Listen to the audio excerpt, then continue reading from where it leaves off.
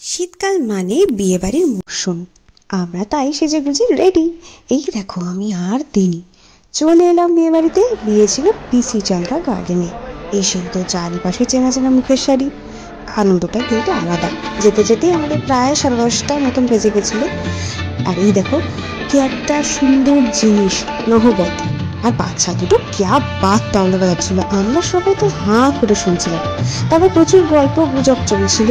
ইনি আমার শাশুড়ি মা। এসে থেকেই সীমান্ত কিছু না কিছুদিন মুখ চালিয়েই যাচ্ছিল, হেভি এনজয় করছিল।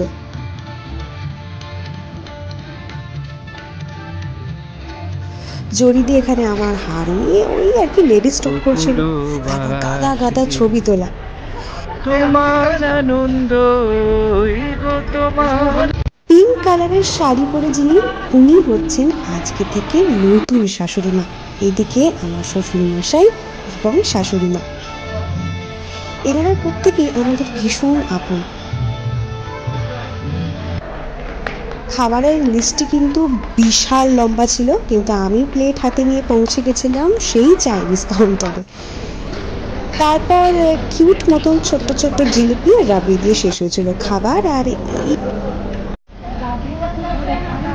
এখানে দেখুন আমার শাশুড়ি মা কিন্তু ভীষণ ফুল পছন্দ করেন।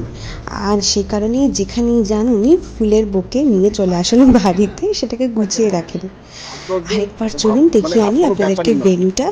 আমি এর আগে পিসি চান্দ্রাতে বহুবার নিমন্ত্রণে গেছি, তবে এইবারের নিমন্ত্রণটা একটু আলাদা ছিল এবং একটু মানে কি বলবো সুন্দর ছিল ডেকোরেশনটা, তাই একবার শেয়ার করে নিই। বলছি কষ্টকর কাজটা কি, সেটা হচ্ছে এতক্ষণ ধরে মেকআপ করার পর সেটাকে তোলা। ও মাই গড, এটা সত্যি মেয়েরা বুঝতে পারবে এই যন্ত্রণাটার কথাটা।